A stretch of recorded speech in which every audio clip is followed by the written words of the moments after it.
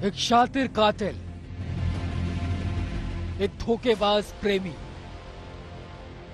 एक दरिंदा जिसने अपनी गर्लफ्रेंड की बेरहमी से हत्या कर दी, अब वो सलाखों के पीछे है। तिहाड़ जेल में आज आफताब को शिफ्ट कर दिया गया है। आज आफताब को मेडिकल के लिए अंबेडकर अस्पताल ले जाया गया, जहां वीडियो कॉन्फ्रेंसिंग के जरिए उसकी पेशी हुई, जिसके बाद उसे न्यायिक हिरासत में भेज दिया गया। आफताब को जुडिशियल कस्टडी में भेजने की प्रक्रिया भी बेहद नाटकीय रही। आज आफताब की पुलिसिया रिमांड का आखिरी दिन था। पुलिस सबसे पहले आफताब को सुबह 10:30 बजे के आसपास इसी अंबेडकर अस्पताल में लेकर पहुंचती है, जहां पर उसके तमाम टेस्ट किए जाते हैं। उसका बीपी चेक होता है, शुगर चेक होता है, एक्सरे होता है और फिर पुलिस आफताब को लेकर चली जाती है। दोबारा पुलिस 2:30 बजे आफताब को लेकर यहां पहुंचती है। सूत्रों के अनुसार जानकारी मिली है कि पुलिस ने मजिस्ट्रेट से रिक्वेस्ट की थी कि आफताब को प्रेजेंट करने के लिए अस्पताल में ही कोर्ट लगाई जाए। खुद मजिस्ट्रेट यहां पहुंचे। मजिस्ट्रेट ने पुलिस की ये बात मानी, रिक्वेस्ट मानी और इसी अस्पताल की कैजुअलिटी में खुद मजिस्ट्रेट पहुंचते हैं। आफताब के लिए स्पेशल कोर्ट लगाई जाती है और वहीं पर आफताब को पेश किया जाता है और फिर आफताब को जुडिशियल कस्टडी में न्यायिक हिरासत में भेज दिया।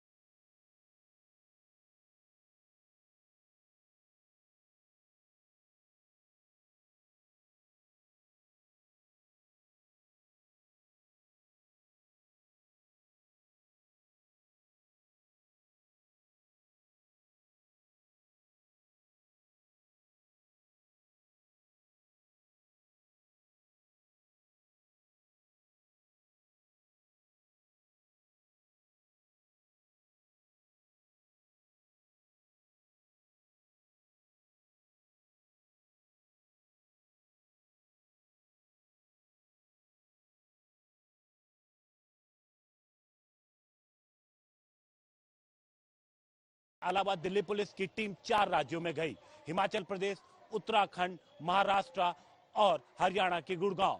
यहां से जो कुछ भी पुलिस को मिला, पुलिस अब उन कड़ियों को जोड़ने की कोशिश कर रही है। पुलिस को उम्मीद है कि पॉलीग्राफी टेस्ट से जो उन्हें जानकारी मिलेगी वो इस केस की दिशा तय करने में उन्हें मदद करेगी। श्रद्धा मर्डर केस में सच तक पहुंचने के लिए पुलिस हाथ पांव मार रही है। जल, जमीन, जंगल से लेकर पहाड़ों की खाद छान रही है। दिल्ली में मेहरौली के जंगल में हड्डियां तलाशी गई। दिल्ली में मेहरौली के तालाब में भी सबूत तलाशे गए। मुंबई में भायंदर के समंदर में मोबाइल तलाशा गया। हिमाचल के तोशी में श्रद्धा आफताब से जुड़ी जानकारी तलाशी गई। उत्तराखंड तक पुलिस गई, कड़ियां जोड़ने की कोशिश की गई। इस पूरे मामले में दिल्ली पुलिस की जांच काफी हद तक फॉरेंसिक रिपोर्ट पर टिकी हुई है, क्योंकि दिल्ली पुलिस को आफताब के बाथरूम से कुछ खून के छींटे मिले हैं। इसके अलावा कुछ हड्डियां मिली हैं जिनकी जांच अभी की जा रही है। तो जब ये रिपोर्ट आ जाएगी तो उसके बाद साफ हो पाएगा कि इतने दिनों में दिल्ली पुलिस ने दिल्ली के अलावा जगह जगह पर जो छानबीन की है उससे दिल्ली पुलिस को क्या कुछ हासिल हुआ है। सूत्रों के मुताबिक दिल्ली पुलिस की जांच में सबसे बड़ा हथियार श्रद्धा का कंप्लेंट लेटर है, जो उसने मुंबई के तुलिंज पुलिस स्टेशन में 2020 में दर्ज कराई थी। श्रद्धा ने उसी शिकायती लेटर में अपनी पूरी आपबीती बता रखी है। ये एक तरह से श्रद्धा के बयान की तरह ही, जिसका इस्तेमाल पुलिस आफताब का मोटिव साबित करने में करेगी। लेकिन पुलिस भी जानती है कि अब तक जो कुछ उसके हाथ लगा है वो अदालत में आफताब का जुर्म साबित करने में नाकाफी होगा। इसीलिए पॉलीग्राफी की एक और किश्त और फिर नार्को टेस्ट की तैयारी है। जबकि इस कड़ी में श्रद्धा की मौत के बाद आफताब से मिलने आई लड़की से पूछताछ भी पुलिस को बड़ी मदद दे सकती है। हिमांशु मिश्रा के साथ अरविंद ओझा, दिल्ली, आज तक। आफताब को कोर्ट आज जुडिशियल कस्टडी से जेल भेज दिया गया, लेकिन पुलिस के सामने सबूतों को इकट्ठा करना एक बड़ी चुनौती बना हुआ है, क्योंकि बिना सबूत के ये केस हल्का हो जाता है और जिसका सीधा फायदा आफताब को मिल सकता है।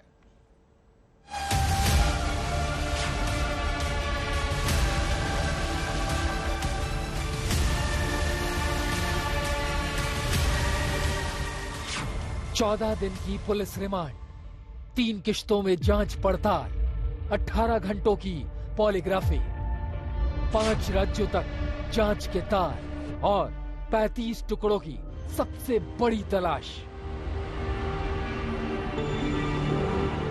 श्रद्धा मर्डर केस में तमाम तफ्तीश के बावजूद दिल्ली पुलिस के हाथ इतने सबूत नहीं लग पाए जिनकी बुनियाद पर वो केस को अंजाम तक पहुंचाने की तसल्ली कर सके।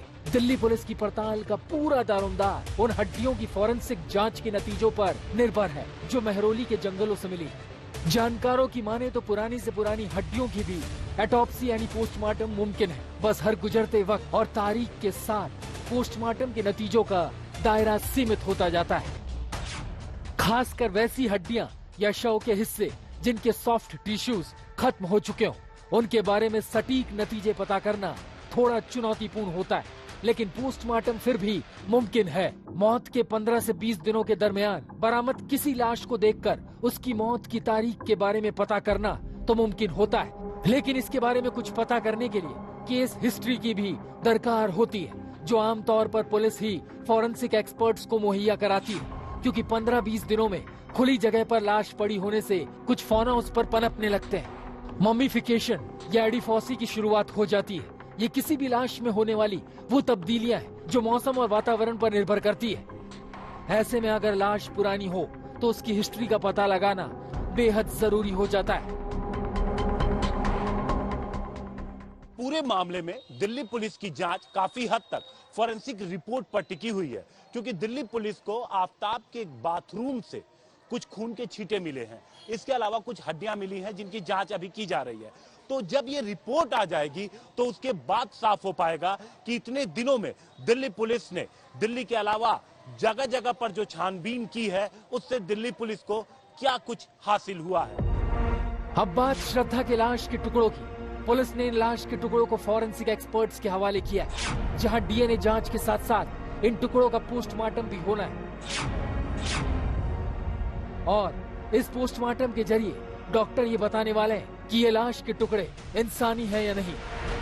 अगर इंसानी है तो मरने वाले की उम्र कितनी है, उसका लिंग क्या है और सबसे अहम कि उसकी पहचान क्या है। फॉरेंसिक एक्सपर्ट्स इतनी बातें तो अपनी जांच से खुद ही बता सकते हैं, लेकिन चूंकि श्रद्धा के कत्ल का मामला पुराना है, उसकी मौत की तारीख या वक्त बताने के लिए एक्सपर्ट्स पुलिस की हिस्ट्री का सहारा ले सकते हैं। और इस मामले में पुलिस की जुटाई गई हिस्ट्री ये बताती है कि ये कत्ल मई महीने के आसपास हुआ है। ऐसे में फॉरेंसिक के जानकार ये बताएंगे कि क्या वाकई हड्डी के टुकड़े ये इशारा करते हैं कि ये 6 से 7 महीने पुराने हैं। कहने की जरूरत नहीं है कि इस केस की जांच इस पोस्टमार्टम और इसके नतीजे पर काफी हद तक निर्भर करती है। ये केस काफी हद तक फॉरेंसिक और साइंटिफिक एविडेंसेस पे टिका हुआ है। दिल्ली पुलिस को इन दोनों के लिए थोड़ा इंतजार करना पड़ेगा। फॉरेंसिक जांच की अगर हम बात करें तो जिन हड्डियों को पुलिस ने बरामद किया है, अभी यही तय होना बाकी है कि वो इंसान का है या जानवर के हैं। एक बार जब ये तय हो जाएगा तो फिर ये पता लगाई जाएगी कि ये मेल की है या फीमेल की है, और उसके बाद उसकी एज तय की जाएगी, और एज तय करने के बाद ये पता लगाया जाएगा डीएनए के जरिए कि ये श्रद्धा की बॉडी पार्ट्स हैं या नहीं। यानी इस मामले में पुलिस को अभी इंतजार करने की जरूरत है। कैमरामैन राजा कुमार के साथ हिमांशु मिश्रा, दिल्ली आज तक।